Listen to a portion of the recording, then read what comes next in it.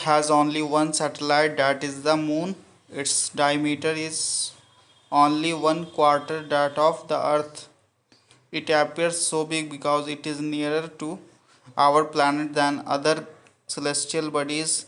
It is about 3,84,400 kilometers away from us. Now you can compare the distance of the earth from the sun and that from the moon. यहाँ पे कहा जा रहा है कि हमारी जो अर्थ है, हमारे अर्थ के पास एक सैटेलाइट है मून। इसका डायमीटर पृथ्वी के डायमीटर का केवल 1/4 है। ठीक है, सिर्फ 1/4 है। ये इतना बड़ा इसलिए दिखाई देता है क्योंकि ये हमारे प्लैनेट से और दूसरे सेलेस्टियल बॉडीज से की अपेक्षा हमारे अर्थ से काफ़ी नज़दीक है।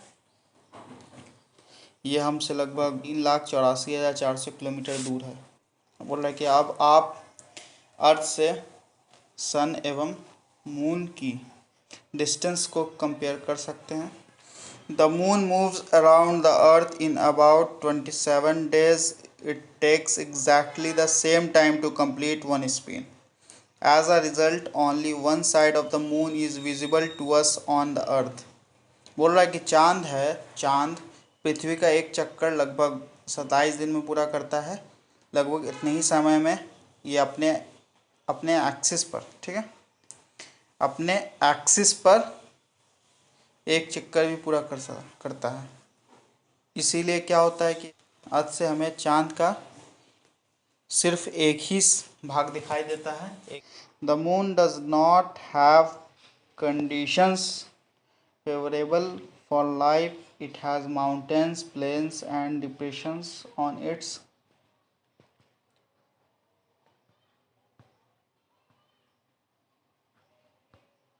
surface. These cast shadow on the moon's surface. Look at the full moon and observe these shadow.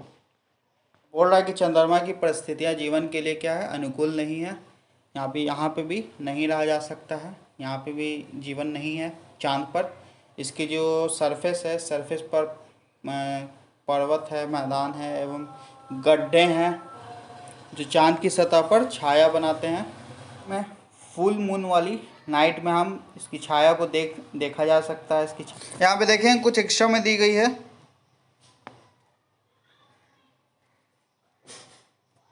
कुछ इंटरेस्टिंग फैक्ट दिए गए हैं।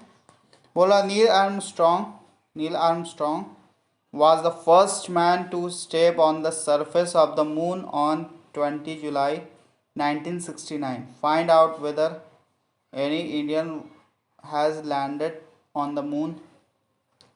बोल रहा है कि नील आर्मस्ट्रॉन्ग जो पहले इंसान हैं जिन्होंने 20 जुलाई 1969 को सबसे पहले चांद की सतह पर कदम रखा।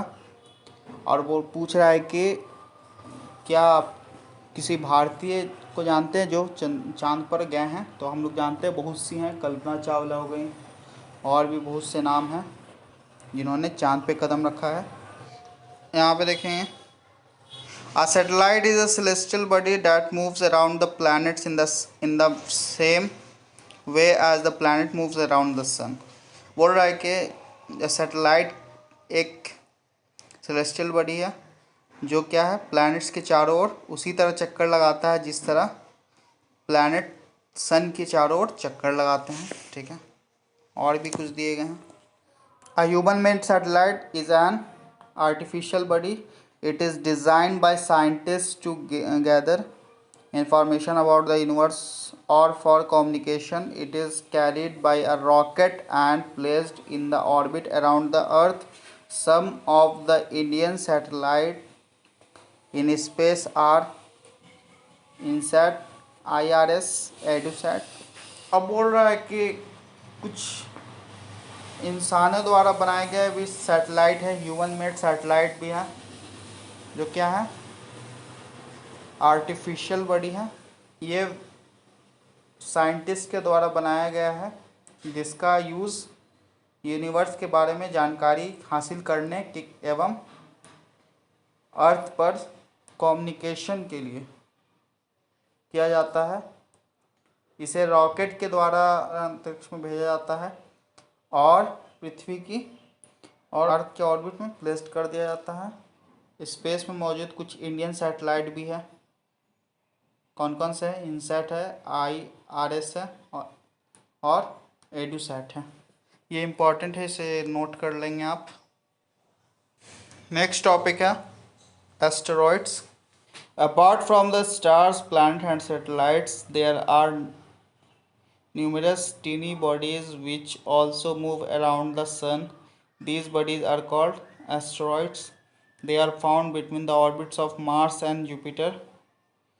Scientists are of the view that asteroids are part of a planet which exploded many years back. तारों, ग्रहों एवं उपग्रहों के जो अतिरिक्त असंख्य छोटे बॉडीज भी सूरज के चारों ओर चक्कर लगाते हैं। इन बॉडीज़ को एस्टेरॉइड्स कहते हैं।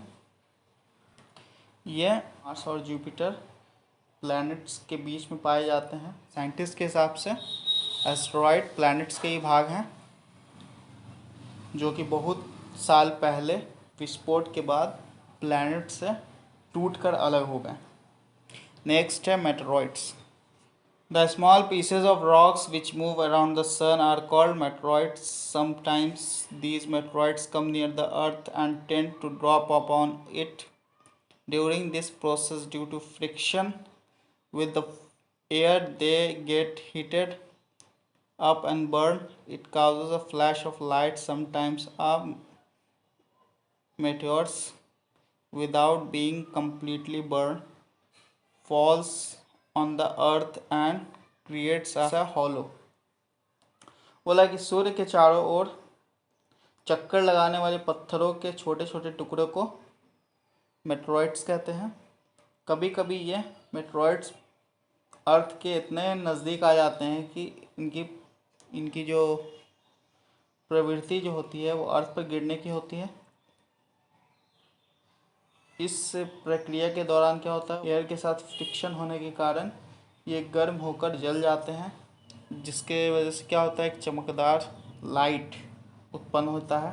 कभी कभी कोई मेटेओर्स पूरी तरह जले बिना ही अर्थ पर गिरती है, जिससे क्या हो जाता है, ज़मीन पर गड्ढे बन जाते हैं, जिसकी वजह से क्या होता है, ज़मीन पर गड्ढे बन जाते हैं।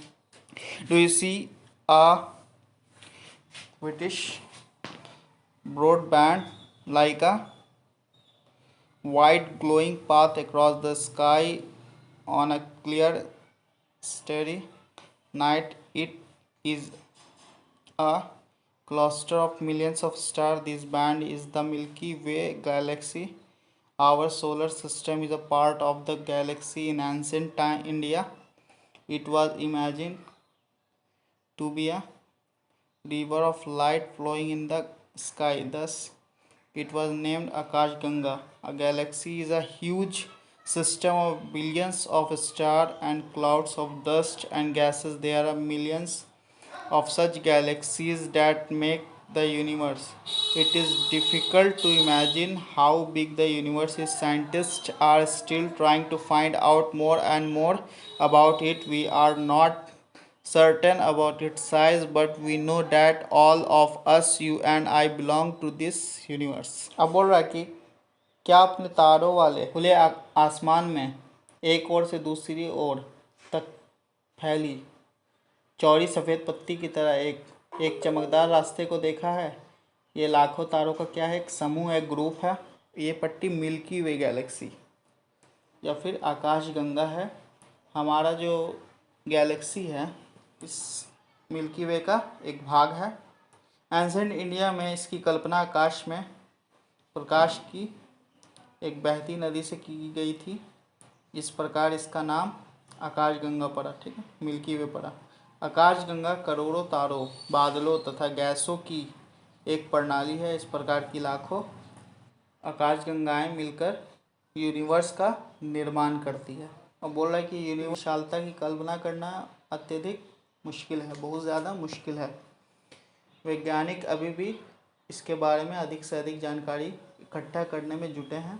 इसके आकार के संबंध में हमें कोई जानकारी नहीं है, लेकिन फिर भी हम जानते हैं कि हम सभी इसी यूनिवर्स का हिस्सा हैं। आगे देखते हैं हम लोग, आगे देखते हैं।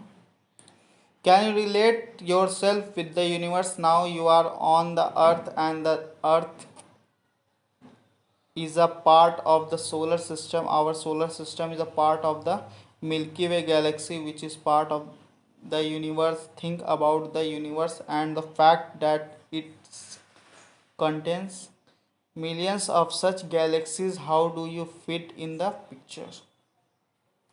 बोला कि क्या आप यूनिवर्स के साथ अपना संबंध बता सकते हैं? आप अर्थ पर हैं तो, और अर्थ सोलर सिस्टम का एक क्या है, भाग है, एक पार्ट है। हमारा सोलर सिस्टम वो मिल्की वे गैलेक्सी का एक भाग है। हमारा जो मिल्की वे है वो यूनिवर्स का एक भाग है।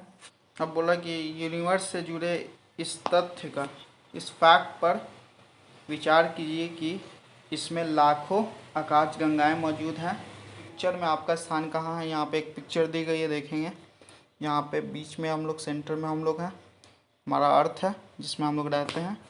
फिर अर्थ से ऊपर क्या है? अर्थ किस में आता है? सोलर सिस्टम में। सोलर सिस्टम इसमें आता है मिल्की वे गैलेक्सी में। मिल्की वे गैलेक्सी कहाँ आता है? द यूनिवर्स में। ठीक है, यहाँ पे आपका चैप्टर 1 कंप्लीट हुआ ज्योग्राफी का।